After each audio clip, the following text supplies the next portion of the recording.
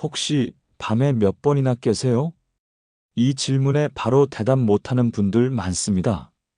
한 번인가 두 번인가 아니 세 번인가? 처음엔 대수롭지 않게 생각합니다. 나이 들면 원래 그런 거지. 물 많이 마셔서 그렇겠지. 잠이 원래 얕은 체질이야. 그런데요.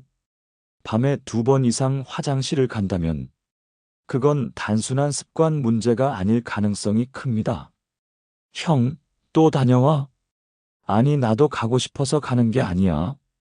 어제도 세 번 일어났잖아. 몰라 요즘 왜 이러는지. 53세 박준호 씨는 스스로를 건강하다고 생각하던 사람이었습니다. 회사에서는 영업팀장, 젊을 때는 새벽 2시까지 술 마시고도 아침 7시에 출근하던 체력. 본인은 아직도 그때와 크게 다르지 않다고 믿고 있었습니다. 그런데 어느 날부터 밤이 달라졌습니다. 자려고 누우면 괜찮습니다. 깊이 잠든 것 같다가도 2시간쯤 지나면 눈이 번쩍 떠집니다. 또 마려워. 화장실에 다녀옵니다. 다시 눕습니다. 잠이 드는 듯 하다가 또 깹니다. 두 번째, 세 번째, 아침에 일어나면 개운함이 없습니다. 왜 이렇게 피곤하지 잠을 잔 것 같지가 않네. 이게 반복되면 어떻게 되냐면요. 짜증이 늘고 집중력이 떨어지고 혈압이 슬슬 올라가기 시작합니다. 그리고 대부분 이렇게 말합니다. 나이 탓이겠지. 그런데 정말 나이 탓일까요?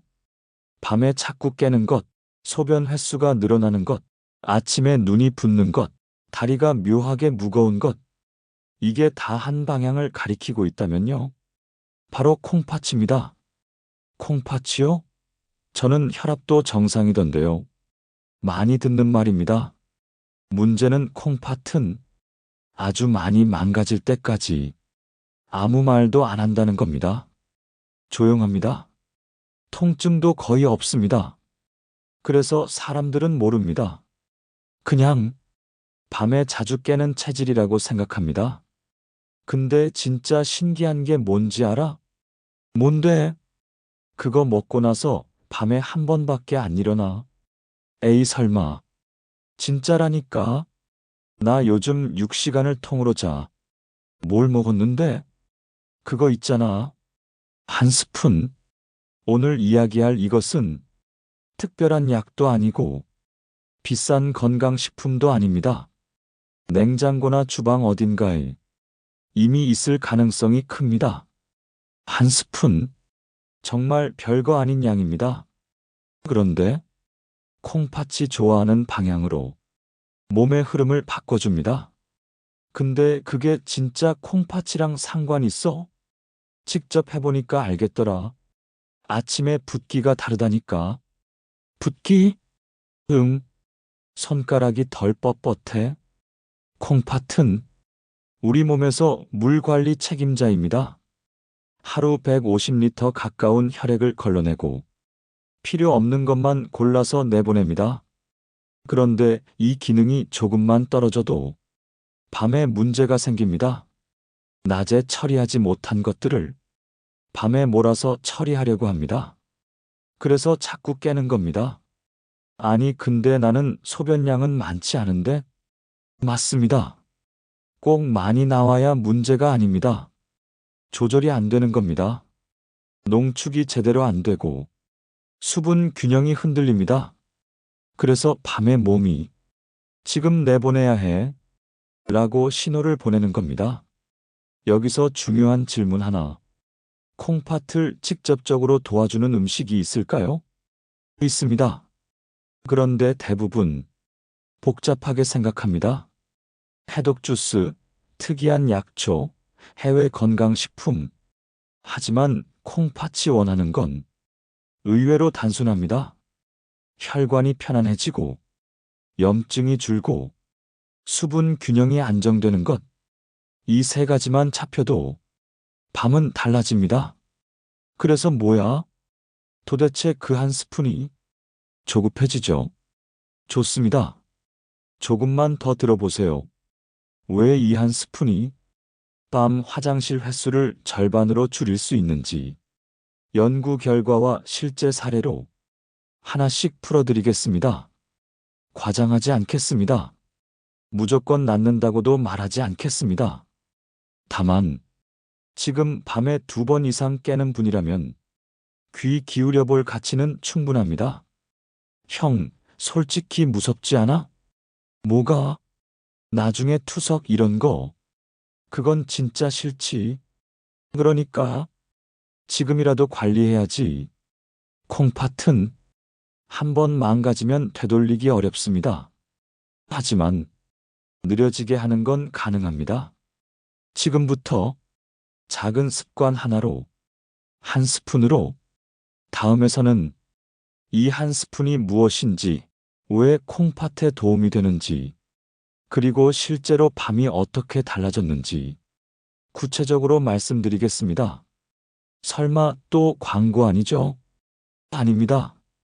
끝까지 들으면 왜 이게 단순한 유행이 아닌지 이해되실 겁니다. 그래서 도대체 그게 뭐냐고요? 많이 궁금하셨죠? 오늘 말씀드릴 한 스푼의 정체는 들기름입니다. 들기름이요? 그 고소한 거? 맞습니다. 그냥 반찬에 비벼 먹는 그 들기름. 대단히 비싼 것도 아니고 특별한 약재도 아닙니다.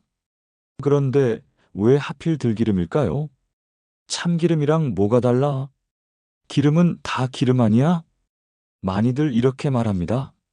하지만 들기름은 지방의 구성이 다릅니다. 특히 오메가-3 지방산이 굉장히 풍부합니다. 이 성분은 혈관 염증을 낮추고 미세혈관을 부드럽게 유지하는 데 중요한 역할을 합니다.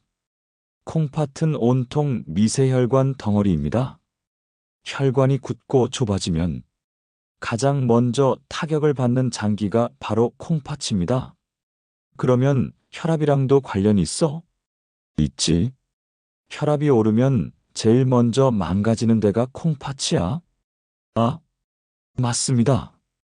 콩팥은 단순히 소변 만드는 장기가 아닙니다.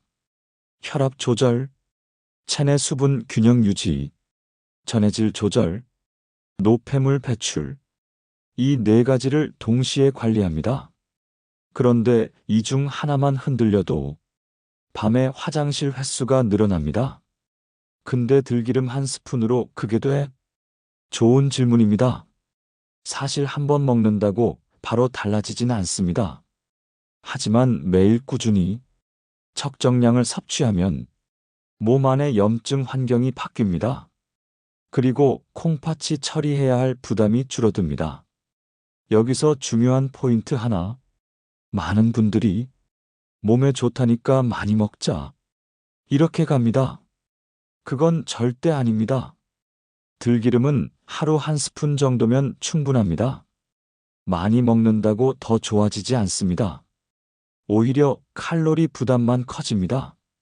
언제 먹는 게 좋아요? 아침 공복이 좋아요? 이 질문도 많이 받습니다. 가장 좋은 방법은 열을 가하지 않고 섭취하는 것입니다. 밥 위에 한 스푼, 나물에 한 스푼, 두부 위에 살짝 뿌려서 튀기거나 볶는 용도가 아닙니다. 근데 기름 먹으면 살찌지 않아요? 저 콜레스테롤 높아요.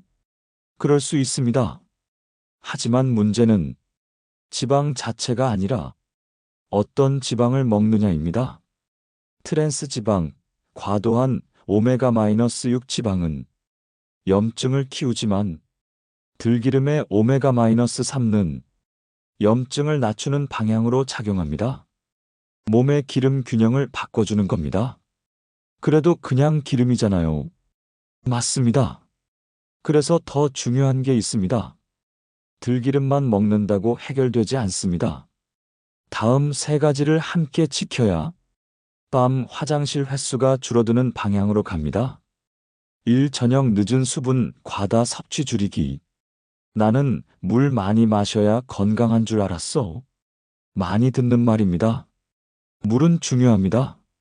하지만 저녁 8시 이후 과도한 수분은 밤 소변을 늘립니다. 특히 차, 커피, 맥주, 이건 거의 직행입니다. 이 짠 음식 줄이기. 콩팥이 가장 싫어하는 건 과한 나트륨입니다. 짠 음식은 몸에 물을 붙잡아 둡니다. 그걸 다시 배출하려고 밤에 깨는 겁니다. 나는 국물은 안 먹는데? 국물만 문제가 아닙니다. 김치, 젓갈, 가공식품, 은근히 나트륨이 많습니다. 3. 단백질 과다 피하기. 단백질은 많이 먹을수록 좋다던데 근육에는 좋을 수 있습니다. 하지만 콩팥은 단백질 대사산물을 처리해야 합니다. 과하면 부담이 됩니다. 특히 이미 밤에 2번 이상 깨는 분이라면 무조건 고단백 식단은 다시 생각해 볼 필요가 있습니다. 그럼 결국 식습관이네. 맞습니다. 결국 생활입니다. 하지만 그 중심에서 들기름 한 스푼은 염증을 낮추고 혈관을 부드럽게 만드는 역할을 합니다. 여기서 상상해 보세요. 밤 11시 이불을 덮고 눕습니다. 예전엔 또 깨겠지? 라는 불안이 있었는데 요즘은 오늘은 한 번만 일어나면 좋겠다. 이 정도로 줄어듭니다.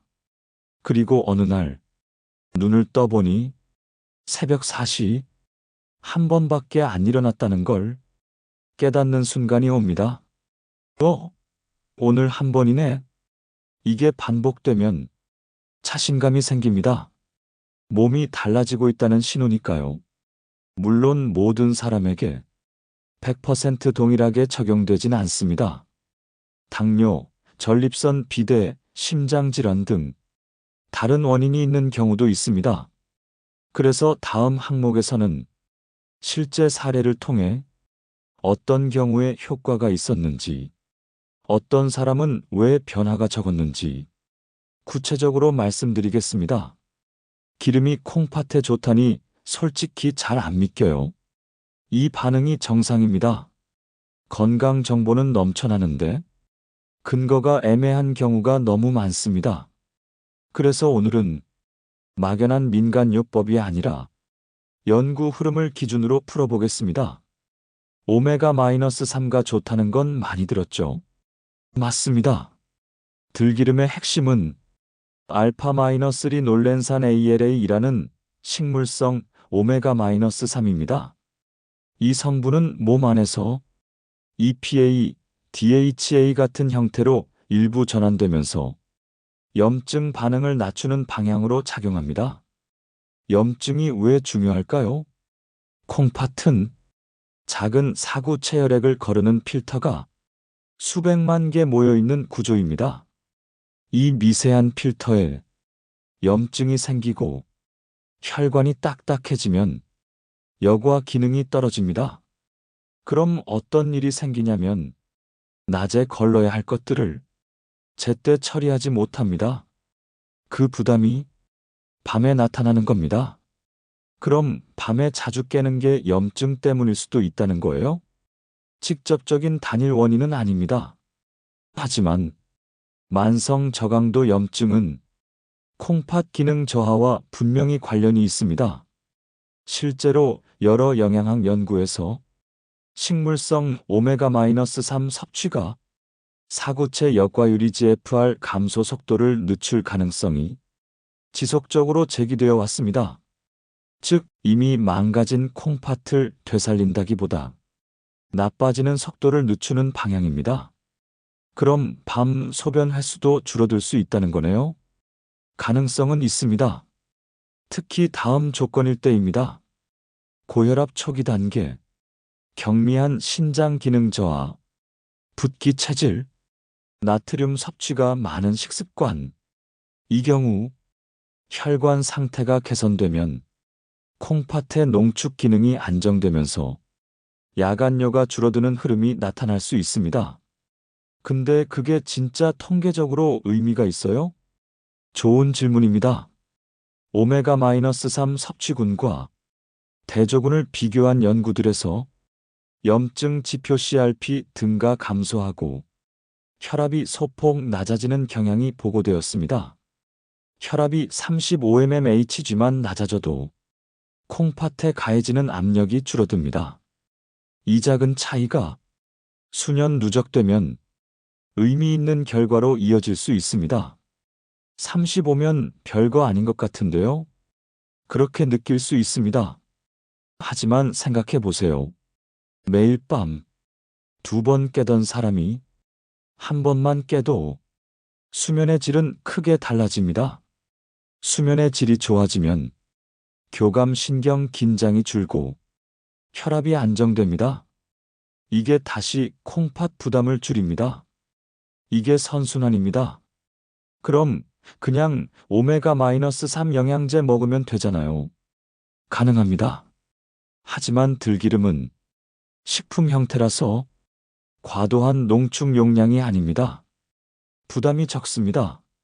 그리고 식사와 함께 섭취되기 때문에 흡수 과정도 자연스럽습니다.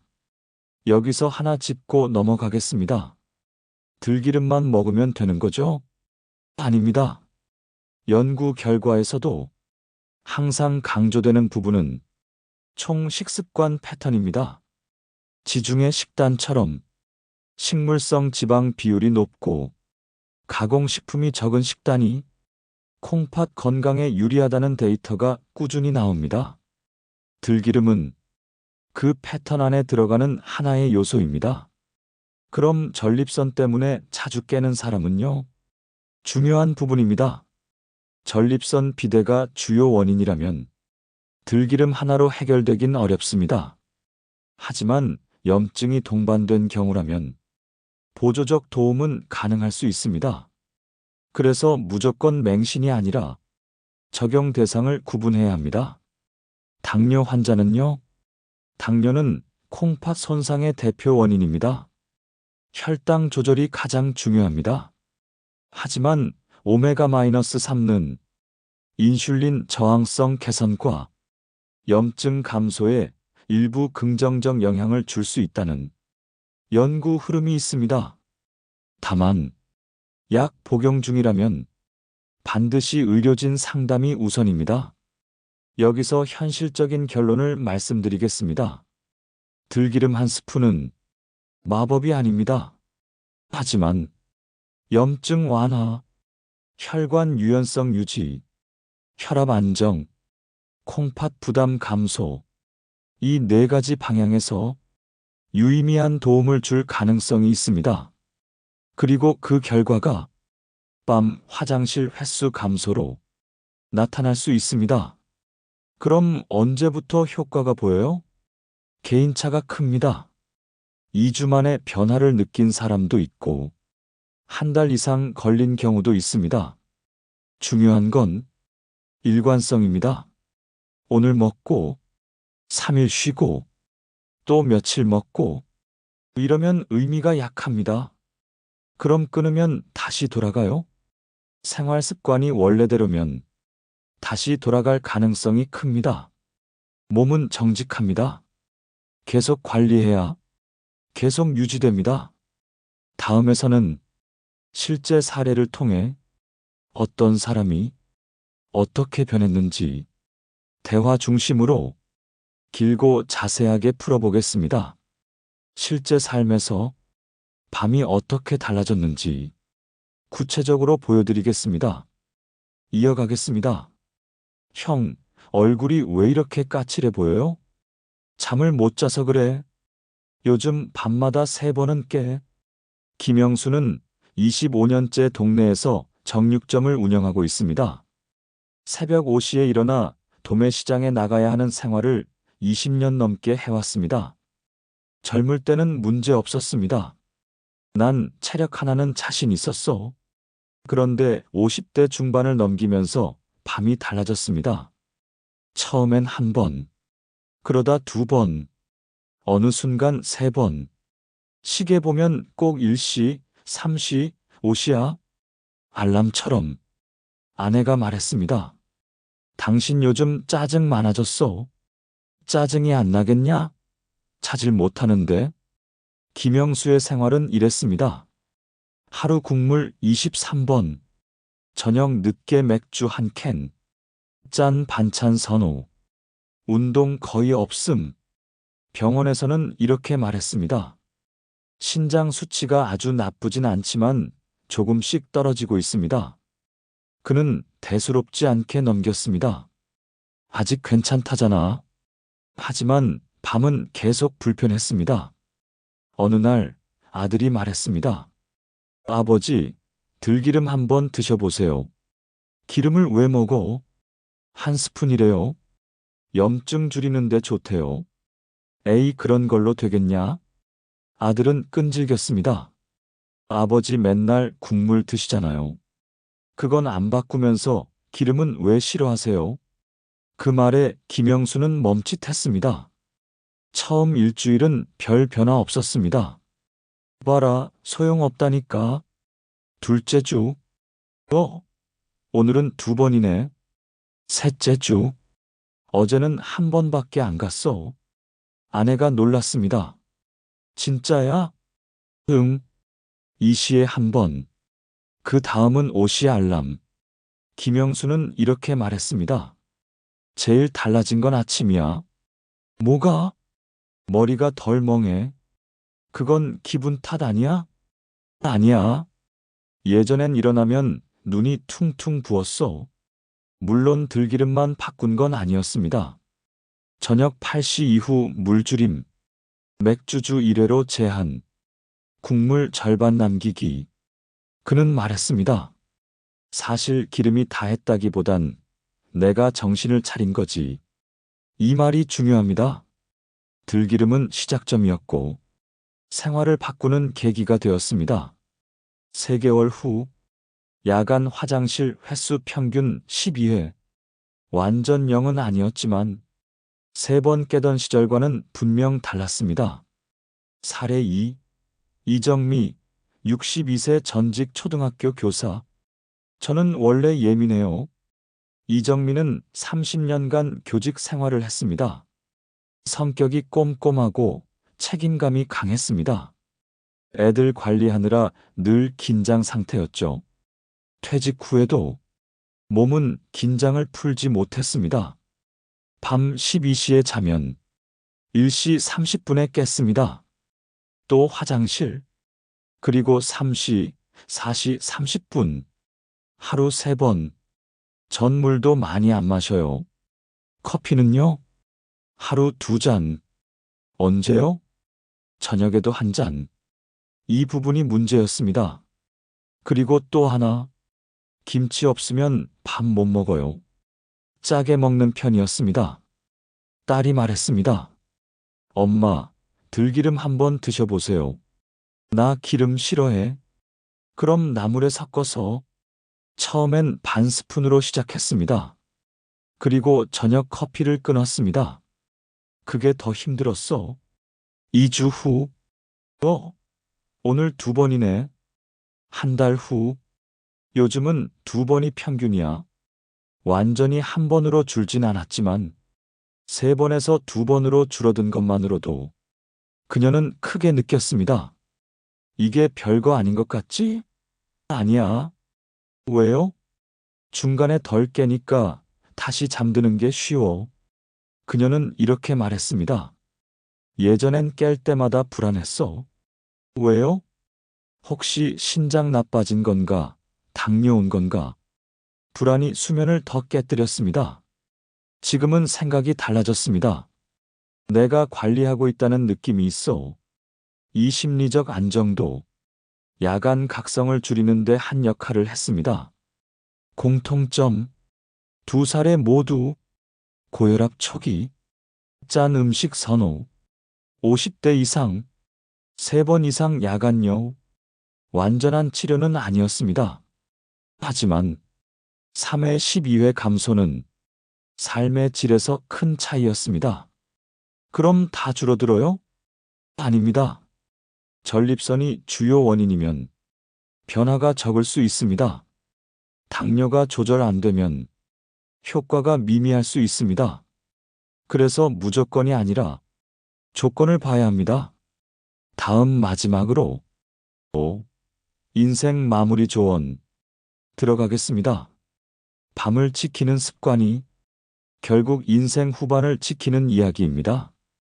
이어가겠습니다. 형, 솔직히 말해봐.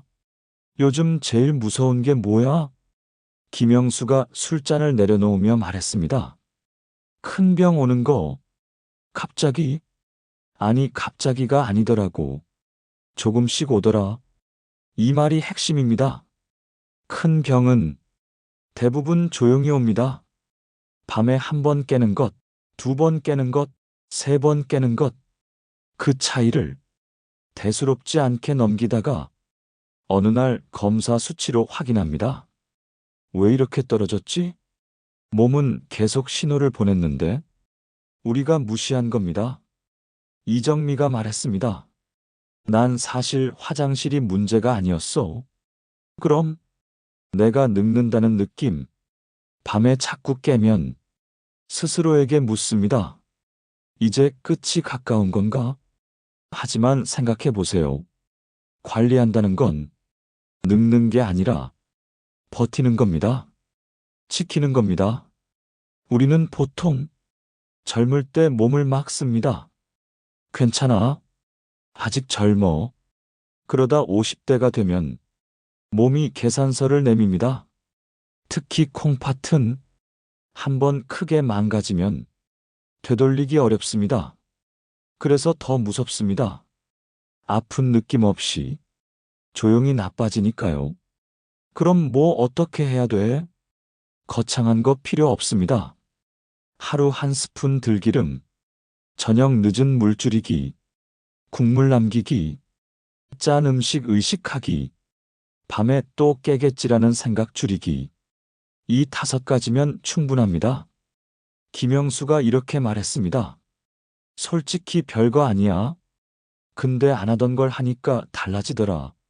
그는 이제 밤에 2번 깨면 이렇게 말합니다. 그래도 예전보단 낫지. 이게 태도의 차이입니다. 이정민은 이렇게 말했습니다. 나는 이제 무섭지 않아. 왜요? 내가 노력하고 있잖아. 노력하는 사람은 두려움이 줄어듭니다. 아무것도 안 하는 게 제일 무섭습니다. 여기서 중요한 건 완벽이 아닙니다. 0번 깨는 밤을 목표로 하면 실망할 수 있습니다. 하지만 3번, 2번, 1번 이 흐름이면 충분히 잘하고 있는 겁니다. 몸은 갑자기 좋아지지 않습니다. 천천히 나빠졌듯 천천히 좋아집니다.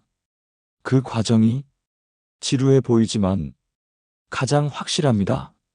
그래도 귀찮아. 맞습니다. 습관 바꾸는 건 귀찮습니다. 하지만 생각해 보세요. 밤에 3번 깨는 게 더 귀찮습니까? 들기름 한 스푼이 더 귀찮습니까? 인생 후반전은 속도가 아니라 지속력입니다.